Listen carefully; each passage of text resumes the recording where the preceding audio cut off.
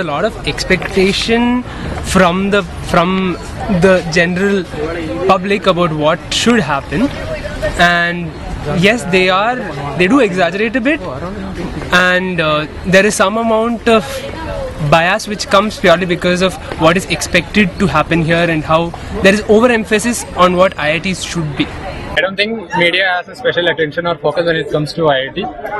They are not portraying IIT in a bad light in a deliberate manner, but media have a bias, and which is expected out of them.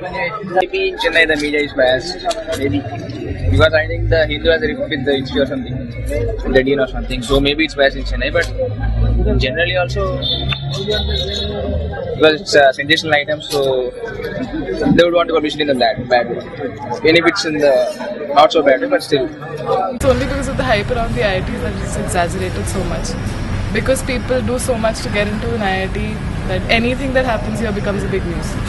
So I suppose that's the reason it is definitely exaggerated, but that's all I feel. Yes, in some sense the media is biased because you have certain obscure wings of who so-called take every opportunity on pouncing on IIT Madras, and for whatever reasons they have, it might be that the government is subsidizing our study here and the brain drain, and for whatever reasons, but any opportunity they get, they blow it up and they portray it as if IIT Madras is like this evil thing and should not exist.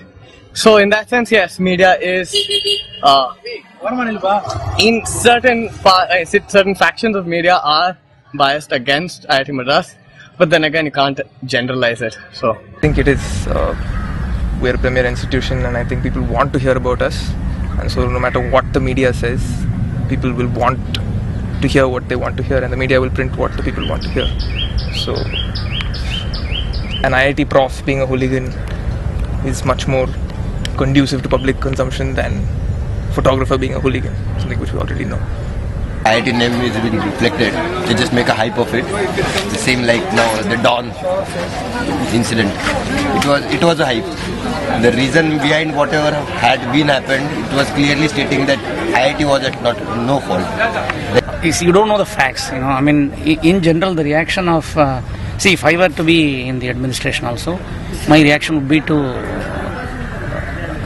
safeguard the good name, prestige of the institution. But in the process, I may not, without knowing facts, I will not.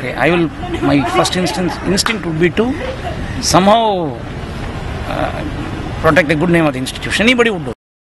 I do feel that it's very biased because initially it all started with the hostel night incidents and the various murders. Thing goes public and also a lot haywire than what the incident actually is.